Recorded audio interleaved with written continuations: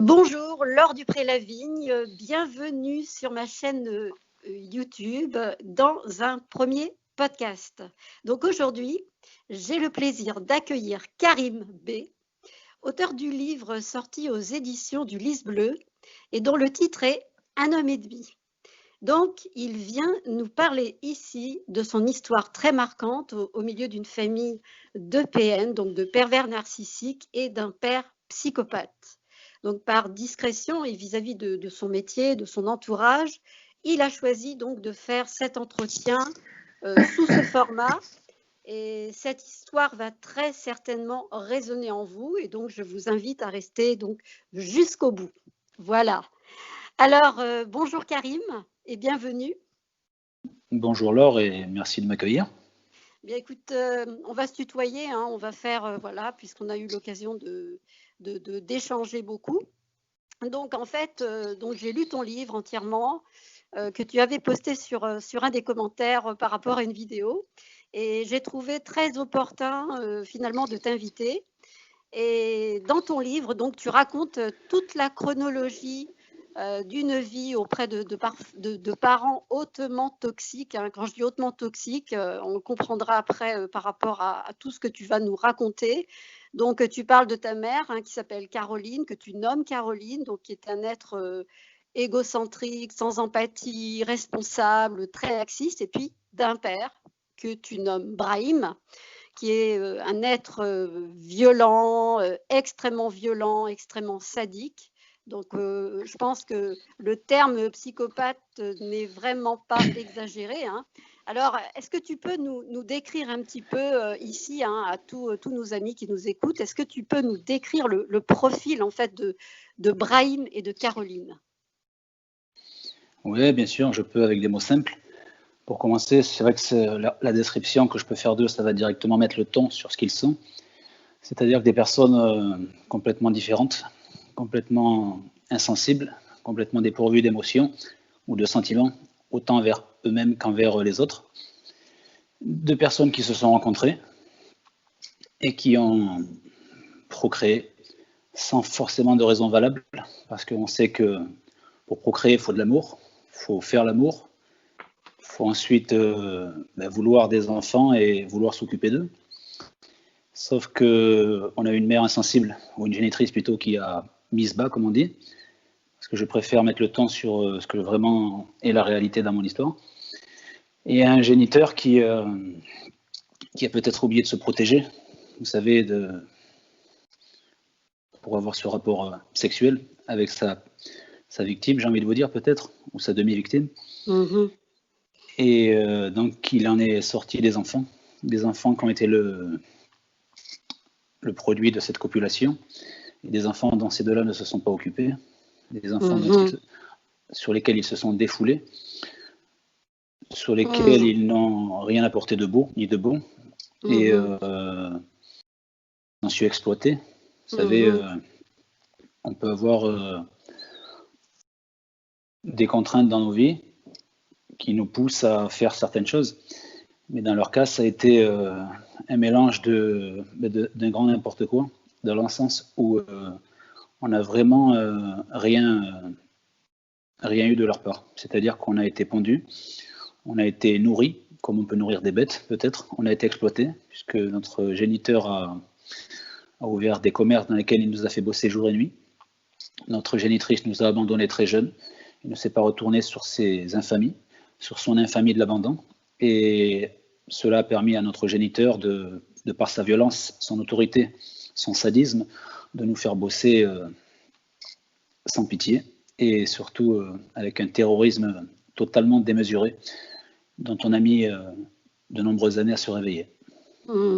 Alors justement, moi je rebondis là-dessus parce que moi je t'ai pas caché, hein, que j'étais très choquée, hein, ça m'a tiré les larmes à certains moments de voir jusqu'à quel point on peut voir la cruauté de l'humain, hein. On peut constater à quel point un humain ou des humains et plus précisément des proches parents, comment on peut expliquer autant de cruauté. Bon, évidemment, on est sur une chaîne où on parle de perversion narcissique, donc on est un petit peu enfin, on est vraiment dans la thématique, hein, je dirais, mais à travers ton histoire, ce qui m'a choqué vraiment, en plus de cette cruauté extrême que vous avez tous subi, parents, enfants, enfin surtout la mère qui a beaucoup subi aussi, hein.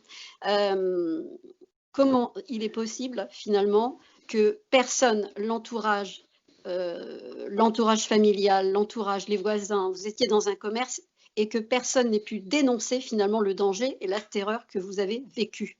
Ça, c'est vraiment quelque chose qui est extrêmement choquant dans la lecture et dans ton histoire. Comment tu peux expliquer ça? Alors moi, ça s'explique, je vais dire, en plusieurs raisons. Vous savez déjà, l'attitude d'un pervers, et qui plus est pervers narcissique, c'est se faire apprécier des autres. Donc, quand on ne connaît pas le personnage dans son intimité, on peut le qualifier peut-être de personne sympathique. Donc déjà, c'est cette première couche qui lui a permis de nous faire bosser, déjà sans lancer trop de suspicions. Ensuite, on peut parler de l'indifférence des gens. Vous savez, on dit chacun s'occupe que de lui et fait semblant de ne pas voir ce qui se passe ailleurs pour éviter les problèmes. Mmh. Concernant l'entourage familial, c'est vrai que ces consanguins se ressemblent beaucoup. C'est-à-dire qu'ils n'ont pas le courage, peut-être la loyauté ou la sensibilité d'être touchés ou concernés par le sort des autres. Et c'est justement ce qui nous est arrivé. Personne n'a trop été touché par notre histoire, puisque chacun ne s'est occupé que de soi. Et dans notre cas, notre géniteur a eu les pleins pouvoirs, comme on dit, c'est-à-dire que la génitrice a disparu de nos vies. Et lui, de par son satanisme, vraiment j'insiste, parce qu'il faudra revenir sur divers épisodes du livre pour comprendre à quel point l'emprise était puissante, à quel point il nous faisait peur, à quel point on avait l'impression d'avoir le visage du mal en personne. Parce que je dis que tout nous effrayait en lui, son regard, ses yeux, sa démarche. Et souvent, et je vais remettre le ton sur cette emprise, c'est que lorsqu'on l'entendait arriver ou gueuler un peu, il nous arrivait de nous uriner dessus, tellement la peur était immense. Oui. Vous voyez, une emprise totale, un sadisme total qui lui a permis de nous contrôler, de nous commander sans limite, jusqu'au point on pouvait se prétendre hypnotisé par cette personne, vous voyez, par cet individu. Et je prends aussi l'exemple, vous savez, il y a le mal et le bien sur Terre, et le mal a ses partisans. Et j'utilise souvent le fait que les partisans du mal, ses meilleurs partisans, ont droit à une injection qui leur permet de frapper sans se faire prendre. Et j'ai l'impression que ce Brahim, justement, il a été doté de cette injection. On lui a mis en surdose. Et le résultat, c'est qu'il a pu commettre tous ces dégâts irréparables sur sa lignée, justement. Vous voyez, c'est pas comme s'il l'avait fait à d'autres, bien qu'il a arnaqué tout le monde dans ce bas monde. Oui. Mais c'est vrai qu'il n'a eu aucune limite. Alors justement, j'avais envie de rebondir aussi là-dessus, par rapport à des épisodes particulièrement, encore une fois, hein, j'utilise le terme choquant, c'est terrifiant, quand il est question de ton frère Fouad, hein, quand il avait 18 mois, hein, parce qu'il pleurait, il a été roué de coups de ceinture sur les jambes et quand il a été amené à l'hôpital en état, il était complètement inconscient, un petit enfant, c'est terrifiant et que finalement Brahim, enfin tu peux nous raconter un petit peu de quelle manière Brahim a réagi et comment s'est finie cette histoire? Bien sûr. Alors vous savez, c'était un soir, un enfant n'arrive pas à dormir. Qu'est-ce qu'on fait? On le prend dans ses bras, on lui donne de l'amour. Parce qu'il peut être gêné par quelque chose qu'il ne comprend pas lui-même. Sauf que ce cher Brahim a commencé à gueuler, à le frapper. Et forcément, Fouad a continué à crier plus fort. Et en fait, cela a accentué l'acharnement du diable qui s'est mis à frapper tellement fort sur son gosse qu'il s'est évanoui. Il s'est évanoui pas seulement puisqu'il avait les jambes vraiment gonflées, rougeâtres, ce qui a la douleur en fait l'a rendu inconscient. Oui. Sous les yeux de sa complice, qu'on appellera Caroline dans le livre. Et tous deux, en fait, ils ont juste amené leur jeune enfant à l'hôpital, qui s'est réveillé durant le trajet.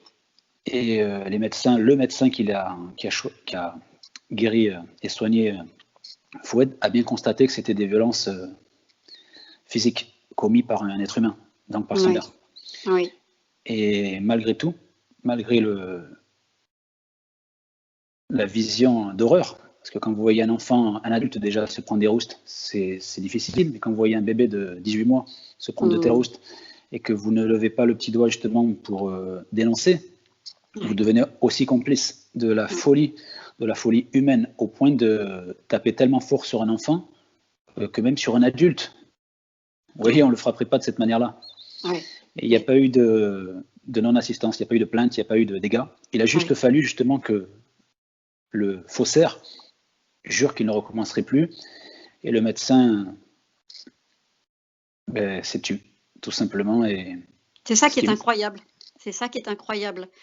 Tout comme l'épisode de ton frère qui a été pareil, c'est ce même frère, hein, qui a été frappé à coups de tête au niveau du front, et en fait il est tombé sans connaissance avec enfin je sais plus, une boule qui s'est formée sur son front. Et pareil en fait, comment il a réagi Brahim par rapport à ce qu'il a fait, à quelles conséquences, comment. C'est ça qui est incroyable chez cet être humain. Enfin, c'est difficile de le décrire comme un être humain d'ailleurs. Ouais, être humain, non, c'est plutôt une bête féroce, inhumaine. Oui, oui. Dans le sens où ouais, son fils, qui est mon frère, par ce biais, Fouad, avait un carnet de notes très, très mauvais, malgré qu'il faisait tout son possible hein, pour travailler bien à l'école, pour éviter les coups. Hein. À un moment donné, il n'y arrivait pas. Vous savez, quand votre seule peur de travailler à l'école, c'est la sanction, vous travaillez pas pour vous créer un avenir, vous travaillez par peur de la sanction. Donc tout est faussé, vous n'arrivez pas à bosser correctement. Oui, tout à fait. Et donc il a eu un carnet de notes assez mauvais qu'il a signé lui-même. Et le problème qu'il y a eu, c'est que son professeur s'est rendu compte que c'était pas la bonne signature, parce qu'elle était peut-être mal faite, ou je ne sais pas. Et on a informé Brahim. Et ce jour-là, j'étais présent, c'était un samedi matin, parce qu'on allait ouvrir le fameux commerce où nous étions consignés tous les samedis de chaque semaine. Et avant de partir ouvrir ce commerce, le Brahim a interpellé Fouad. Il lui a gueulé dessus et a commencé à lui mettre des coups de poing, des coups de tête. Et sa tête a rebondi sur le mur, il est tombé inconscient au sol. À l'issue de cette violence, moi j'étais dans la pièce d'à côté, je pensais peut-être que ça allait être mon tour, je ne sais pas. Je devais avoir 10-11 ans. Et le Brahim, en fait, en voyant son défouloir au sol inconscient, a cru qu'il était mort. Donc il a énergiquement rempli un seau d'eau, lui a jeté en pleine figure. Et donc, lorsque Fouad est revenu à lui, il lui a dit « J'ai eu peur de faire de la prison par ta faute ». Ce qu'il faut comprendre, c'est qu'il n'a pas eu peur de perdre son fils, ou son esclave plutôt. Ouais. Il a eu peur d'avoir le prix à payer, d'avoir tué une personne. C'est tout ce qui l'intéressait. Et ça fait plus de 30 ans que j'ai entendu ces mots.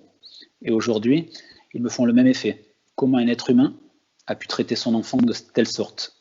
Ouais. Vous voyez ? C'est pas humain. C'est pas un acte humain. C'est complètement. Enfin, justement, quand on connaît le degré de destruction d'un pervers narcissique, mais là, on a affaire à un psychopathe. Donc là, on est sur un cran au-dessus. Donc c'est tellement frappant d'imaginer le degré de cruauté pour détruire l'autre. Et en plus, donc c'est très choquant. Et finalement, c'est vrai qu'à l'intérieur de ton livre, je l'ai lu en plusieurs fois et ça a déclenché, d'ailleurs ça s'entend à ma voix, quelque chose qui était très. Ça avait du mal à passer en fait. On a du mal, mais tout le monde, enfin, on ne peut pas imaginer un tel degré encore une fois, de terreur, de violence, de cruauté, et même pour aller jusqu'à des actes qui pourraient être des actes de non-retour, parce que finalement, il a vraiment, et ce qui est choquant, c'est qu'il a échappé à la punition, il a échappé à la dénonciation, il a échappé au regard de gens qui auraient pu vous soutenir. Donc c'est moi, ma question aujourd'hui, c'est comment tu as réussi à survivre au milieu de ce contexte familial complètement chaotique et destructeur? Comment tu as fait? Comment j'ai fait en fait je dirais moi tout simplement que c'est mon innocence. Vous savez, mon innocence qui m'a sauvé. Parce que je pense que très tôt, on m'a pas expliqué grand-chose et j'étais un peu trop naïf peut-être. Et je me rendais pas compte des choses parce que j'avais toujours cette bonté en moi qui pardonnait tout et n'importe quoi ou qui n'y faisait pas attention. Oui, cette espèce de mélange d'innocence, de naïveté. Et jusqu'à ce qu'à un moment donné, je trouve juste leur attitude normale. Vous savez, qu'on m'engueule parce que pour tout et n'importe quoi, alors que aujourd'hui, je sais que je n'avais rien fait. Ou qu'on me tape, ou qu'on m'oblige, qu'on me soumette. Pour moi, c'était presque normal. Et la peur, vous savez, on dit la peur du loup, vous fait tout oublier. Et vous fait écouter, et vous rend hypnotisé. Et j'ai l'impression qu'on a été, enfin, la certitude plutôt qu'on a été hypnotisé par un barbare. Et vous savez, cette peur est tellement viscérale, profonde, que vous n'êtes pas conscient de ce que vous vivez, je pense. Oui. On est juste, on a une espèce d'emprise qui est vraiment incrustée dans chaque partie de notre corps, de notre esprit. Et on n'est pas apte à voir la réalité et ce qu'on vit. Oui. Et je m'en suis contenté jusqu'à ce que justement je découvre autour de moi, à partir de peut-être 14, 15, 16 et plus tard, j'ai découvert peut-être ce qu'est la bienveillance, vous savez, de la complicité, de l'entraide dans un couple ou dans une famille. Puisque j'ai eu des amis chez qui je suis allé et j'ai commencé à ouvrir les yeux, je dirais. Mais j'ai mis trop longtemps peut-être parce que je les ai sûrement gardés entrouverts. Puis je les ai refermés parce que je préférais ne rien voir pour continuer d'avoir une famille. Vous savez, on ferme les yeux, on se dit est-ce normal ou est-ce pas normal? Mais dans tous les cas, on ne veut pas voir totalement et surtout, comme je vous ai dit, tout ça mélangé à l'emprise, ça nous rend aveugles.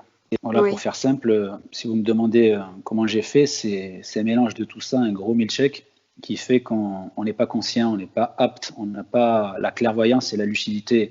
Tout est brouillé par la peur et la crainte de ce qui pourrait nous arriver à tout moment. Ben oui, en fait, tu étais complètement formaté à répondre à un système en fait qui était d'obéir, de ne pas réfléchir et puis de subir surtout et surtout de ne pas avoir d'autres repères en fait. Tu n'avais aucun d'autre repère puisque finalement ton univers il tournait autour de la famille, du commerce et donc ça a été vraiment une révélation quand tu as découvert l'extérieur justement. C'est ce que tu étais en train d'expliquer juste avant. Et totalement. Donc, comment se sont passés, parce que quand on vit ce genre de formatage, enfin, je sais pas, j'aime pas dire ça, mais c'est comme si, moi j'utilise beaucoup le terme programmation familiale. Comment on arrive à traduire dans la vie des rencontres ensuite? Quelles ont été tes rencontres? Comment ça s'est traduit à travers ta vie affective? Finalement, toutes ces difficultés du passé. Mais je dirais que moi, j'ai eu une espèce de chance, c'est que j'avais, comme je l'ai dit, cette bonté en moi, ce désir enfantin de toujours vouloir avoir la petite blague qui fait rire, malgré ce que je vivais au quotidien. Oui, j'avais cette espèce de personnalité toujours comique, toujours qui laissait rien entrevoir. Personne ne pouvait se douter de ce que je vivais. Et avec cette innocence, cette naïveté et tous ces petits côtés rigolos que j'avais, j'ai réussi à rencontrer de vrais amis que j'ai encore aujourd'hui, je vous laisse imaginer, depuis plus de 30 ans, avec lesquels, et à travers lesquels j'ai découvert justement des cadres de vie complètement différents du mien. Des amis que je voyais avec leur mère, justement, que je voyais avec leur père, leur frère, leur sœur, et je me disais, waouh, pourquoi ils se comportent comme ça, alors qu'ils étaient juste en train de s'aimer, vous voyez? Oui. Et que moi, je pensais que vraiment que devant un père, il fallait baisser la tête, jamais parler, ne jamais donner son avis ou son ressenti. Et qu'une mère, en fait, elle était juste silencieuse et ne servait qu'à rien au final, puisque la mienne a mis bas et est partie, quoi. Et je pensais que le conflit entre frères et sœurs, il était juste normal. Vous voyez, comme quoi, ça va loin. quand on a un processeur mal préprogrammé et qu'on pense que nos références familiales, ben, c'est celle-ci, c'est compliqué après de découvrir totalement autre chose. Et c'est compliqué et aussi ça devient à un moment donné une bénédiction. Voilà. Alors justement, tu peux en parler, en quoi ça peut être une bénédiction alors finalement? Une bénédiction parce que, comme on dit, ça m'a permis d'ouvrir les yeux. Oui. Voilà. Parce que c'est vrai qu'on ne se rend pas compte de ce qu'on vit tant qu'on n'a pas vu autre chose. Vous voyez, je vais vous prendre l'exemple d'un enfant qui, tous les matins, il prend 2 gifles. À un moment donné, si vous ne lui mettez pas ces 2 gifles, il ne va pas comprendre pourquoi il ne prend pas ces 2 gifles. Oui. C'est un exemple tout bête, mais dans la vie, c'est pareil. Moi, Oui. quand dans mon quotidien, je suis menacé, je suis soumis, on me répète sans cesse que je ne vaux pas grand-chose, que je dois fermer ma gueule pour reprendre les mots comme sortez. C'est une habitude.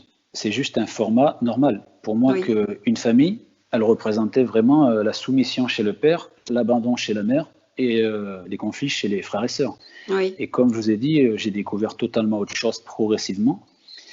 Et j'ai découvert que c'était plus agréable d'être dans ces conditions-là. Vous voyez? Oui, parce qu'elles étaient normales. Elles étaient normales. Normales ou moins normales que les miennes en tout cas. Je ne sais pas quel terme il faut employer. Mais c'est quand j'ai découvert tout ça que mes yeux se sont progressivement ouverts et que j'ai compris que là, ce que je vivais, c'était vraiment ignoble. Sauf que moi, je m'en suis contenté parce que, en plus d'être naïf, heureusement, je suis endurant, je dirais. Alors, précisément, cette endurance, je pense qu'elle a été un vrai tremplin, elle a été un vrai levier pour toi dans la vie. Oui, cette endurance forcément, parce que vous savez, on peut connaître beaucoup de déboires. Hein. Vous savez, il y a certains dans leur vie, ils affrontent les échecs, l'abandon. D'autres affrontent pas mal de difficultés. Vous savez, d'une ou plusieurs personnes. Et moi, je pense que j'ai eu le pack vraiment complet, quoi.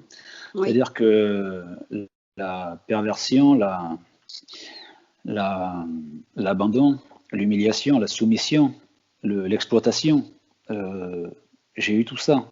Et le pire, c'est que j'ai eu tout ça de la part des personnes qui auraient dû vraiment être là pour moi, m'aider, m'accompagner, m'aimer. Vous voyez, avoir cette sensation d'être accompagné dans cette vie. Alors que vraiment, j'ai eu juste la sensation de me débrouiller seul. Et vous savez, c'est pour ça que sur la 4e de couverture, j'ai écrit certains diraient je me suis fait tout seul, mais la plupart n'en connaissent le sens. Parce que se faire tout seul, ça ne veut pas dire avoir juste son père, la tante et les grands-parents. Non, c'est avoir personne. Vous voyez, je clame bien que quand je dis je me suis fait tout seul, j'insiste sur le fait tout seul. Oui, parce que précisément, tu n'as pas eu de repère de construction, en fait, de construction pour pouvoir apprendre à t'aimer, pour pouvoir apprendre à t'estimer, pour pouvoir avoir le droit d'exister tout simplement normalement avec de l'amour. Donc c'est compliqué, c'est difficile d'imaginer avec un tel parcours que tu aies pu finalement, comme tu le disais tout à l'heure, tu as utilisé le terme comment tu as dit que tu étais quelqu'un de tenace, je ne sais plus le terme que tu as utilisé. Endurant, oui. Voilà. Oui. Et donc justement, cette endurance, ça fait partie certainement de tes qualités intrinsèques, je dirais. Mais en même temps, là où je voulais en venir, c'est comment tu as réussi à te construire, parce que tu n'en as pas parlé jusque-là, comment tu as réussi à te construire à travers justement tous ces manques, tout ce sur quoi on a besoin de se construire pour pouvoir avancer. Et pour pouvoir être et puis exister dans le monde, en fait. Hein. Et cette endurance, et puis par rapport à tout ce que tu es devenu aujourd'hui. C'est important aussi, même si ce n'est pas véritablement le sujet que tu as envie de développer, mais c'est bien de savoir aujourd'hui, tu es devenu quoi, Karim? Aujourd'hui, ce que je suis devenu, et grâce à quoi? Je Oui. dirais la première qualité, si on peut appeler ça une qualité. Pardon, hein, plutôt, tu es devenu qui? Oui, aussi. Je suis devenu moi je dirais juste une personne, un homme normal, en fait, qui s'est réveillé d'un guet-apens psychologique. Vous voyez? Je pense que je me suis réveillé vraiment de quelque chose de particulier dans lequel je ne me rendais compte de rien. Et aujourd'hui, j'ai un métier qui me passionne justement, parce que je n'ai pas voulu être le produit trop chimique de deux personnes qui m'ont pondu, et ne pas non plus rendre hommage à leurs carences, à eux. C'est pour ça, se faire tout seul, c'est une chose, mais ensuite, ce que je suis devenu, c'est une personne qui essaye à chaque occasion de faire quelque chose de bien, vous voyez, d'essayer d'être bon, d'essayer d'être humain avec les autres. C'est-à-dire, j'essaie d'être aux antipodes de ce que j'ai vécu et de ce que j'ai vu. Ouais, le spectacle auquel j'ai assisté pendant toutes ces années, eh ben, je m'en sers pas, au contraire. Je veux pas ressembler à ça. Justement, j'ai le parfait contre-exemple de ce que je ne veux pas. Et ce que je suis aujourd'hui, c'est une personne qui se relève tout simplement d'une vie assez catastrophique et qui a, entre guillemets, réussi à s'en sortir. C'est pour ça que je dis, ma vie, elle se résume en une citation au final, de Nelson Mandela, que j'aime bien. Il a dit: je ne perds jamais, soit je gagne, soit j'apprends. Et je pense que mon parcours, en fait, m'a appris des choses qui ne s'apprennent que par les épreuves, vous voyez. Et aujourd'hui, je dirais presque que c'est une force, parce qu'après après la tempête vient le beau temps. C'est vrai que la tempête, elle a duré, elle a fait des dégâts, mais il y a des éclaircies qui se sont présentées, et j'en ai profité pour m'engouffrer dans ces éclaircies et y rester. Vous voyez, j'ai pas voulu rester un genou ou deux au sol. J'ai préféré prendre le côté positif de la chose. Et justement, aujourd'hui, tu es devenu père, donc tu es père de deux garçons. Et ce qui est intéressant aussi de savoir, c'est quel genre de père es-tu devenu après un tel formatage et après, voilà, un passé aussi lourd, hein, aussi complexe. Comment tu es perçu justement? Qu'est-ce que tu transmets? Quelle sorte de père es-tu vis-à-vis de tes fils? Alors, je vais répondre en plusieurs étapes. Je pense qu'au début, j'ai été un père trop autoritaire. Au début, j'ai été un père sévère. Et il y a quelques années, j'ai senti dans les yeux de mon fils qu'il m'avait craint. Vous voyez, c'est comme si je m'étais pris pour Brahim et lui, moi. Et cette image m'avait traumatisé et avait provoqué comme un choc qui fait que je ne voulais plus que mon fils me regarde avec les yeux avec lesquels j'ai regardé mon ancêtre. C'est pour ça que progressivement, je me suis lavé de certaines choses, de certaines carences éducatives ou affectives. Et ça ne s'est pas fait tout seul, vous savez, ça prend du temps. Et aujourd'hui, j'essaie d'être un père justement attentionné et amical. Vous voyez, je ne veux pas être juste le père qui éduque et qui donne à manger. Je veux vraiment créer une vraie relation.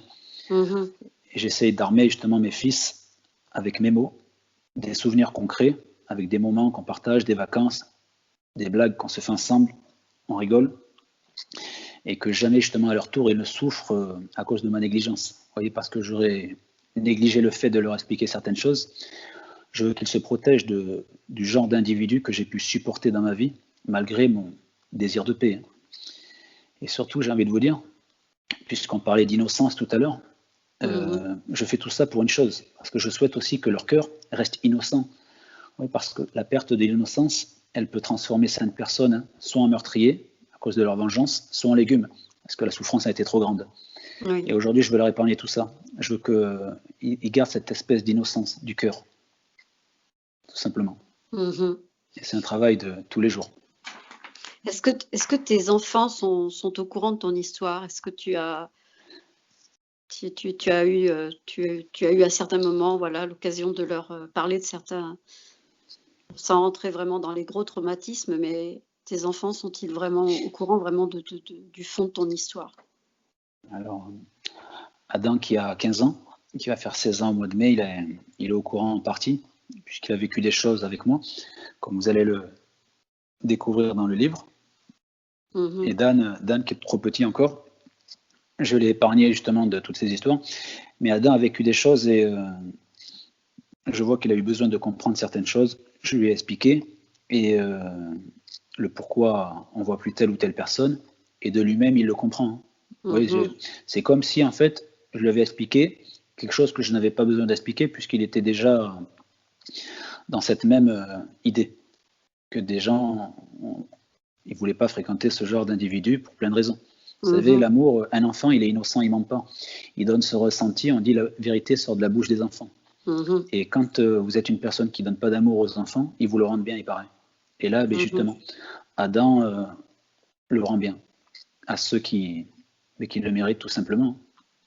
Tout à fait, tout à fait. Et puis les enfants, voilà, ils ont cette perception tellement instinctive de ce qui est juste, de ce qui est vrai, de ce qui est authentique, et ils savent voir à travers l'autre s'il y a de l'amour ou s'il n'y a pas de l'amour, en fait. Hein. Donc c'est important, en fait, hein, cette transmission. Et alors, moi, j'avais envie aussi d'aborder justement le rapport particulier que tu as eu justement avec les mères. Quel type de femmes tu as pu rencontrer justement à travers tous ces périples intérieurs? Quels ont été les profils féminins que tu as pu rencontrer? En fait, vous savez, quand on a eu une enfance comme la mienne avec un total désamour, une totale indifférence, notre seule arme, c'est une totale mésestime. On n'a pas de repères, on n'a pas de liens familiaux pour nous représenter, et on devient la proie idéale, la proie que certains prédateurs aiment. Et je n'ai attiré justement que des copies conformes à mes ascendants. Donc souvent des perverses qui me racontaient, vous le savez, des promesses délirantes auxquelles le cœur d'artichaut que je suis a cru. J'aimerais juste faire une parenthèse, parce qu'il n'y a qu'une seule personne, un seul profil féminin qui n'a pas été tout ça, c'est la mère de mon fils Adam. Voilà, je tiens juste à faire la parenthèse sur le fait qu'au contraire, j'ai rencontré quelqu'un de bien, quelqu'un de sain, que je respecte aujourd'hui et que je respecterai toujours, qui est la mère de mon fils Adam.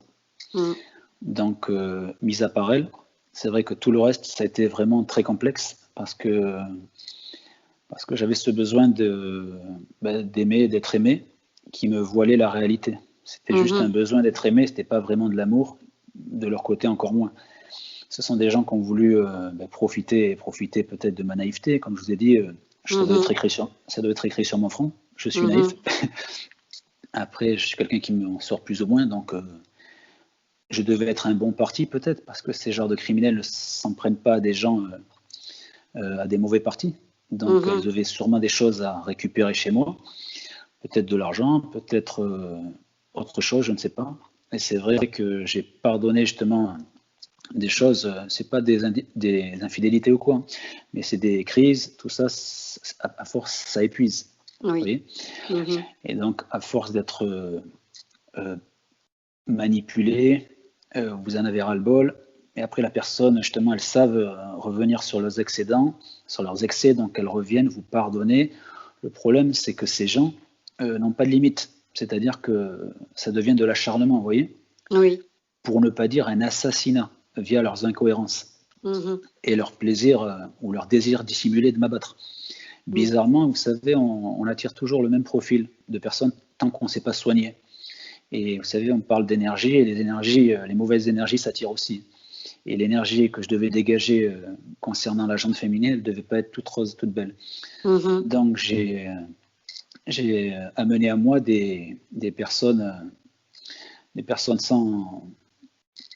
sans amour, sans dignité. Et surtout qui m'ont fait un mal, je les ai laissés malgré moi, mais sans une once de regret. Et le problème, vous savez, c'est si vous survivez à leurs attaques, elles redeviennent plus douces et puis elles recommencent pour vous le faire payer.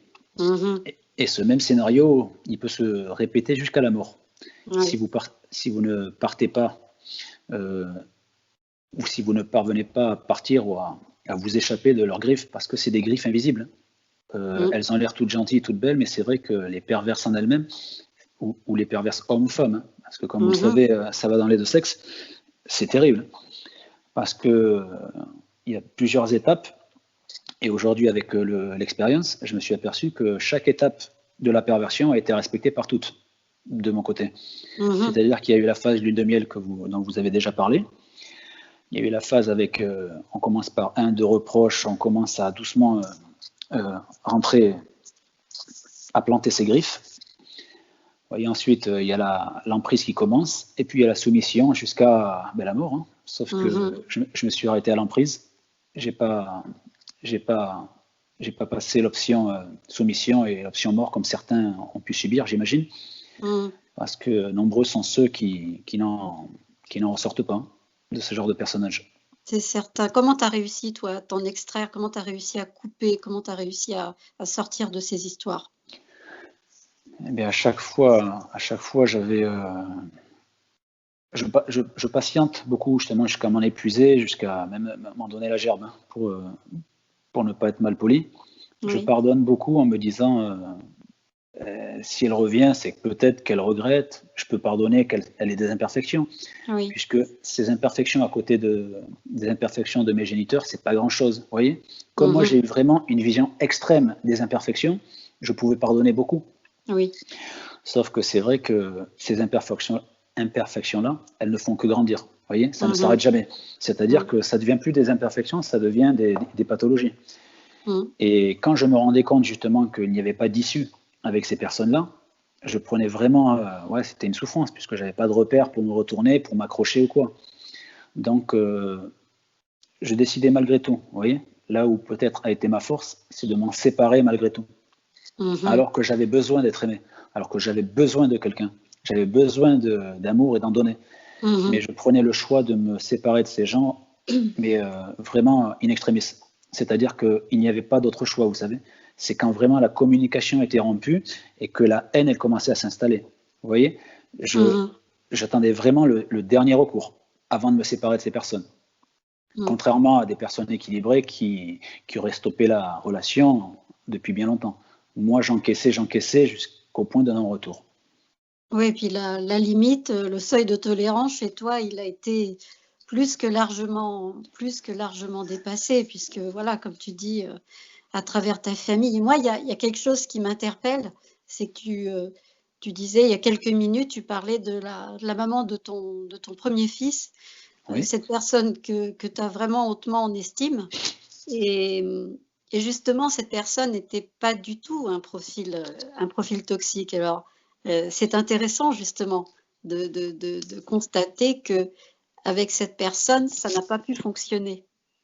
Et est-ce que tu en as la réponse? Est-ce que tu t'es questionné là-dessus? Justement, c'était quelqu'un de respectable, c'était quelqu'un d'aimant, c'était quelqu'un avec qui tu aurais pu faire ta vie, mais comment tu peux expliquer justement que, comme tu étais dans cette attente d'amour et comme on peut l'imaginer quand on a vécu des carences à ce niveau, comment expliquer que finalement cette personne, ça n'a pas pu fonctionner dans le long terme? Tout simplement, je dirais que, vous savez, avec cette si grande mésestime que j'ai eue, ce si grand manque de confiance en moi, je me suis accroché à la première épaule qui a bien voulu de moi. Et sans la traiter d'épaule, elle est tombée à un moment de ma vie où j'avais besoin justement de faire ma vie, où je pensais avoir besoin de faire ma vie, et je pensais surtout que mon bonheur dépendait d'une vie de famille, puisque je n'en avais pas eu. Et c'est vrai que cette personne, aussi respectable soit-elle, est tombée dans ce passage de ma vie où j'ai cru, où j'ai voulu. Sauf que vous savez, on dit l'amour ne fait pas semblant et ne peut faire semblant. Et quand le quotidien a été installé, il s'est passé un phénomène, c'est que je me suis réveillé aussi. Vous voyez, je commençais à me rendre compte de mes incomplétudes, de mes carences, et j'ai voulu changer. Donc, au même titre que j'étais avec elle, j'étais marié avec elle, je commençais en amont à me réveiller, et comme entre nous, ça n'a pas été l'amour qui nous a unis de mon côté, puisque moi, c'était plutôt mon manque total d'amour qui m'a attiré, ou qui plutôt m'a permis de la suivre sans broncher, parce que j'ai été vraiment... je me suis laissé bercer par le vent, quoi. Vous voyez, ça aurait pu être elle comme une autre. Et je m'en excuse aujourd'hui de dire ça pendant cet audio, mais ça aurait pu être une autre. Celle qui aurait bien voulu, peut-être à ce moment de ma vie, aurait été ma bénédiction. Et au même moment, comme je vous disais, j'avais cette espèce d'envie de changer, d'évoluer, et je me suis mis à me poser des questions et à me transformer physiquement et mentalement. C'est-à-dire que j'étais pas satisfait de moi. J'ai commencé à faire un régime, vous savez, j'ai commencé à faire du sport, j'ai commencé à changer ma garde-robe, je me suis arrangé les dents, j'ai travaillé sur ma personne, ma personnalité, j'ai voulu la faire évoluer. Et vous savez, aussi bizarre soit-il, ça a commencé à fonctionner puisque je commençais vraiment à être différent de ce que j'étais. Et je me suis aperçu que je n'avais pas fait ma crise d'adolescence peut-être. Et je l'ai peut-être fait à 27, 28 ans, j'ai commencé à sortir, à voir que je pouvais plaire et à voir surtout que je n'avais pas de sentiments pour cette personne qui était pourtant et qui est la mère de mon enfant. Et c'est avec grand regret que je l'ai fait souffrir parce qu'en fait elle a été victime elle aussi de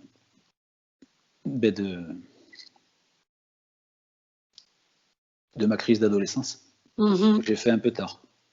Oui, mais je pense qu'on doit la faire à un moment donné. Quand on a été mis sous pression, comme ça a été le cas pour toi, au niveau où tu as connu cette pression, où voilà, aucune possibilité de s'exprimer, aucune possibilité d'être soi finalement, à un moment donné, la soupape, elle lâche. Donc c'est ce qui s'est passé à ce moment-là. Et moi, j'avais envie d'attirer l'attention sur le fait que je pense que si ça n'a pas fonctionné avec cette femme, c'est parce que précisément, tu étais tellement habitué à vivre des relations sur un mode de maltraitance, de fonctionnement pervers, de fonctionnement cruel, de rapport de force permanent, qu'elle n'était pas du tout représentative de ça, cette femme. Donc, ça, c'est ma propre interprétation, en fait.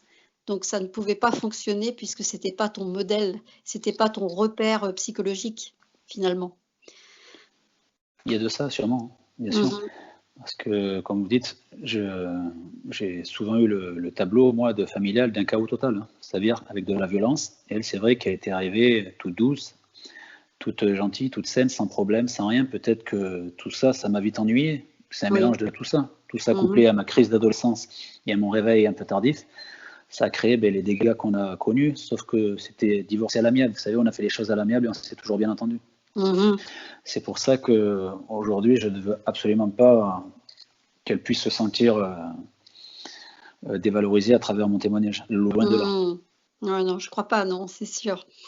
Et est-ce qu'on pourrait dire aujourd'hui, en fait, que comme tel le phénix qui renaît de ses cendres, tu pourrais te comparer finalement à quelqu'un qui renaît aujourd'hui? Comment tu pourrais voir ta vie aujourd'hui par rapport à tout ce passé? Quel sens tu peux donner? Qu'est-ce que tu as fait de tout ça? Quelles sont les leçons que tu as pu en tirer? Comment tu as pu rebondir? On pourrait utiliser, et c'est tout à mon honneur et je vous en remercie, le terme phénix. Si vous voulez, c'est moi le phénix de ces cendres.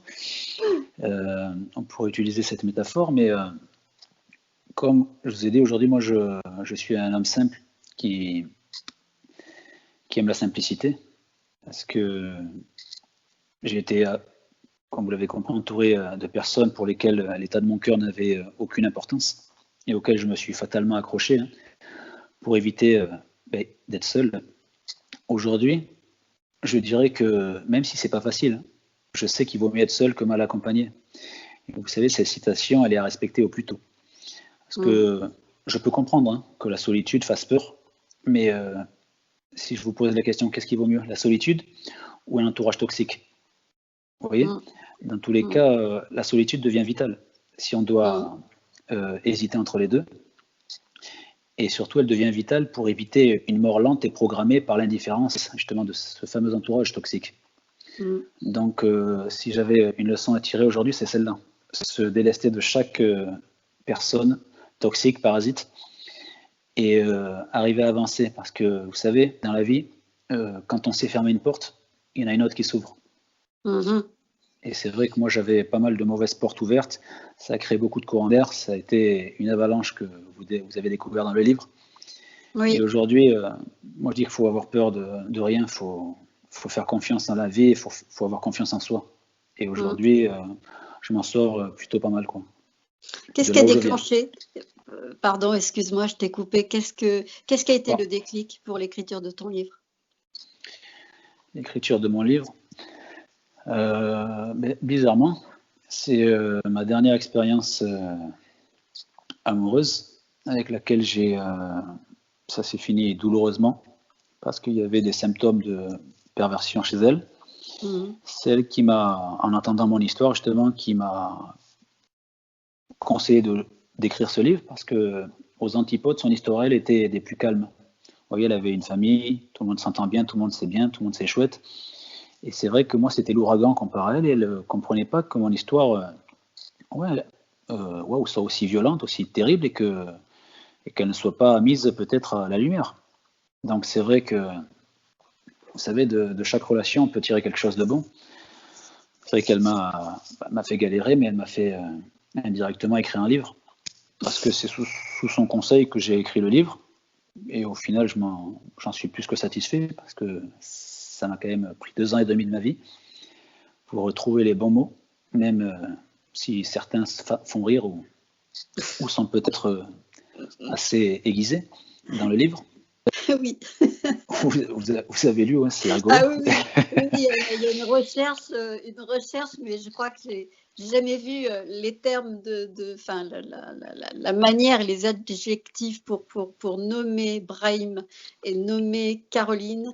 Je crois qu'il y a tellement de mots que je n'ai pas compris et que je ne connaissais pas, mais certains m'ont beaucoup fait rire.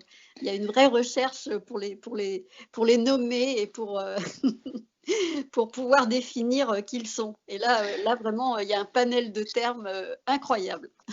C'est vrai, il y a de l'humour à certains moments. J'avoue que c'est cette manière que tu as eue finalement de faire, d'avoir une certaine autodérision finalement dans tes écrits. Je trouve aussi que c'est aussi une force, quelque part. Après, j'ai pas voulu utiliser le mot père, mère. Vous savez, papa, maman, c'est des titres qui se méritent. On ne donne pas ça à des gens qui ont eu des rapports intimes. Dans ce cas-là, toutes les stars du X seraient potentiellement des papas, pour parler vulgairement. Être père, c'est beaucoup de choses. Et mon livre, vous savez, c'est pas une façon de dénigrer ou une vengeance. C'est juste un témoignage. Et à travers tous les termes que j'ai utilisés, j'ai juste essayé d'être authentique et précis sur la manière dont j'ai vécu et dont je vois ces personnes. Vous voyez, on peut se dire, ouais, mais il n'a pas honte, il n'a pas si. Non, aujourd'hui, ce n'est pas une honte. Je le rappelle juste, c'est un témoignage. Et c'est mon témoignage, c'est mon ressenti. C'est pas... on pourrait croire que oui, ça ressemble peut-être à une vengeance. Je dirais plutôt une revanche. Vous voyez, c'est pas la même chose.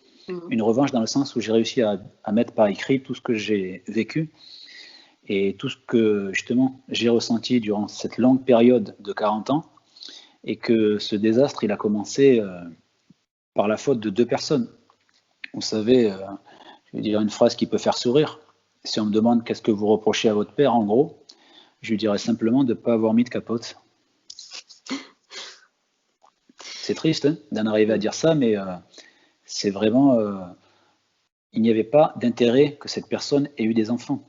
Il n'y avait aucun. À part qu'on travaille pour lui, quoi. Vous voyez, vous avez vu l'intérêt que c'est. Donc même si j'ai l'air vulgaire et qu'il y en a certaines peut-être dans les commentaires, mais il n'y a pas de souci, je n'ai honte de rien aujourd'hui. Il faudrait vraiment avoir vécu ce que j'ai vécu pour peut-être le comprendre mieux. Mais j'utilise volontairement des mots un peu dégradants comme ça parce que j'ai vraiment eu la vie complexe et pénible. Vous savez, j'ai eu 0 accompagnement. Et aujourd'hui, je donne des exemples assez crus parce que c'est ce que je trouve conforme à mon histoire. Tout à fait. Justement, quand on écrit, quand on produit un écrit, quand on a envie de raconter un témoignage, ça c'est vraiment quelque chose de plus fort que tout, hein. On est porté par, et moi, à travers ton écrit, j'ai vraiment perçu ce besoin. C'est pas anodin d'écrire, c'est loin de l'être. Et quel que soit le contenu de ton écrit, ça représente ta vision, ton ressenti. Et moi, ma question là maintenant, c'est quelle sorte de message en fait tu as envie de transmettre au monde à travers ce livre? Justement, ça va changer de ma manière crue que j'ai eue pour la réponse précédente. Moi, je vais répondre d'une manière simple et je vais rendre hommage à Edith Piaf, qui avait été interviewée un jour et on lui avait justement posé cette même question. Quel conseil ou quel message voudriez-vous transmettre au monde? Et elle avait répondu « aimer ». Et aujourd'hui, je ferai la même réponse, parce que vous savez, même si vous êtes éprouvé, vous êtes déçu, vous êtes piétiné, vous avez le cœur en miettes, c'est pas une raison pour rester au sol et se dire que la vie ne vaut pas la peine. Même si on pense que tout est injuste, il faut continuer, je pense, sa quête vers l'amour de soi, l'amour des autres et l'amour de Dieu. Puisqu'on n'a pas parlé de ce côté chez moi, ce côté spirituel qui m'a sauvé la vie. C'est plutôt le côté spirituel et cette foi qui est venue à moi, toute seule, comme si j'avais rendez-vous avec elle un soir de décembre. Et vous savez, si vous cultivez tout ça, cet amour, en résonance, vous allez obtenir aussi de l'amour. C'est pour ça que je pense qu'à un moment donné, il faut oublier le reste. Vous savez, les rancœurs, moi je dis souvent, ce sont des sentiments du diable, parce que ces rancœurs vous poussent à vous venger, et ces vengeances ensuite pourront vous amener à votre perte. Alors, concentrez-vous plutôt sur l'essentiel, et comme dirait Edith Piaf, aimer, tout simplement. Oui, l'amour guérit. L'amour, c'est comme on en parlait, c'est vraiment l'énergie la plus puissante, la plus guérisseuse. Je crois que ça se résume à ça, et finalement, c'est une très très belle image pour conclure. Par rapport à tout ce vécu, ce lien que tu as, cette espèce de connexion qui s'est créée avec le divin, on pourrait dire ça comme ça, hein, la spiritualité. Totalement. Finalement, ça a été vraiment ta sauvegarde dans ton histoire. Alors, tu sais, je vais le dire, je vais le raconter sans honte. Je devais avoir 17 ans. Tu sais, à 17 ans, certains, ils sont chez eux, ils sortent avec leurs copains, ils font plein de choses, c'est sympa, on rigole. Moi, je passais 24 heures sur 24, la journée dans le magasin, le soir, je dormais dedans. J'avais un robinet d'eau pour me laver, d'eau froide, bien sûr, dans une pièce bien sale à l'arrière du magasin. Et la nuit, je dormais sur un petit lit pliable. Et je devais avoir 17 ans et je pense que j'avais atteint, voilà le point de non-retour. Et on parlait de ce côté divin chez moi. Comment ça s'est passé? C'était ce soir-là. C'était un soir, il faisait froid. Et je me suis posé sincèrement la question si la vie était utile au vu de ce que je vivais, au vu que je n'avais pas de liens familiaux, au vu que je travaillais pour rien, au vu que je n'avais pas de diplôme, de papier, d'amour de qui que ce soit, de considération. Et j'ai réfléchi à comment partir de ce bas monde sans souffrir. Donc je l'avais imaginé ce soir-là. Et ce soir-là, c'est comme si j'avais ressenti justement cette force divine. Et comme je dis dans mon livre, ce soir-là, j'ai parlé à Dieu. Et ce soir-là, il m'a écouté, il m'a entendu, il m'a aidé. Et depuis ce jour, j'ai toujours eu des événements qui m'ont facilité les choses jusqu'à aujourd'hui pour être celui que je suis et pour ne pas renvoyer ce que j'ai vécu, autant à mes fils qu'aux personnes, même aux inconnus. J'essaie toujours d'avoir le petit mot sympa, la petite blague qui renvoie au moins un sourire, parce que je trouve ça tellement beau de pouvoir laisser une belle trace de chaque passage qu'on fait dans une journée. Et cette croyance, c'est vrai qu'on découvrira dans le livre qu'elle m'a été défaillante parfois, sinon je ne serais pas tombé sur certains psychopathes, forcément.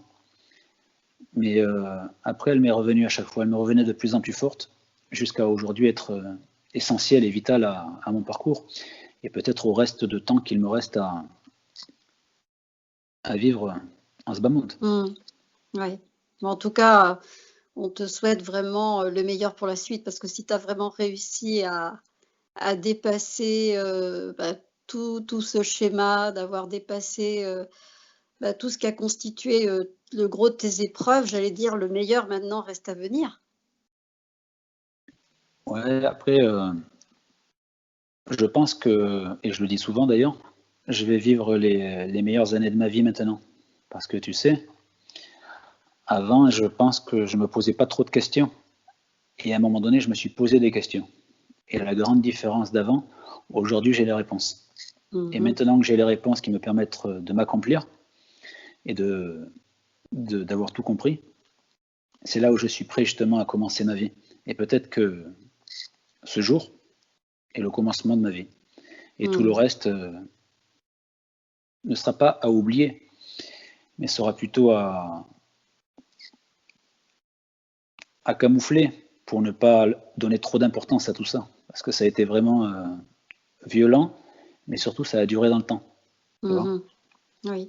Et pour finir sur un ton spirituel, même ces gens qui ont fait du mal, qu'on a décrit conformément à ce qu'ils sont, tu sais, même s'ils ne sont pas jugés, parce qu'ils ils sont passés à travers des mailles du filet judiciaire, moi, c'est pas pour me rassurer, mais je pense qu'ils vont le payer doublement dans l'au-delà.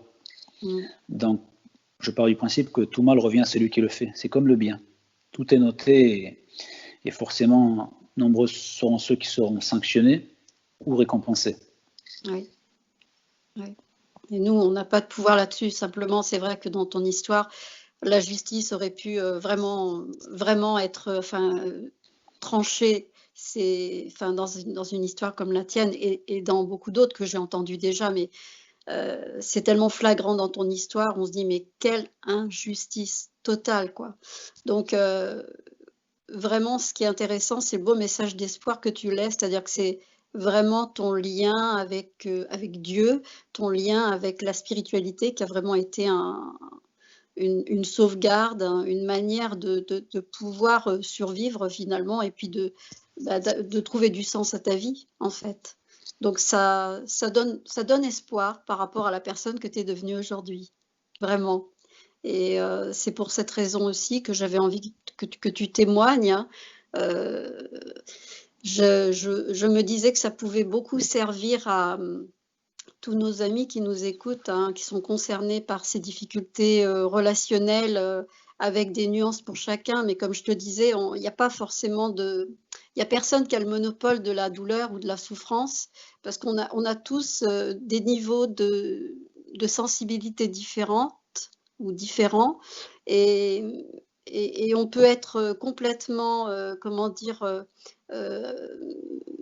on peut se sentir complètement impuissant dans la vie, d'avoir eu un vécu qui peut paraître peut-être anodin par rapport à ton histoire, mais on ne peut pas vraiment faire des comparaisons parce qu'on est tous des êtres différents avec des sensibilités différentes.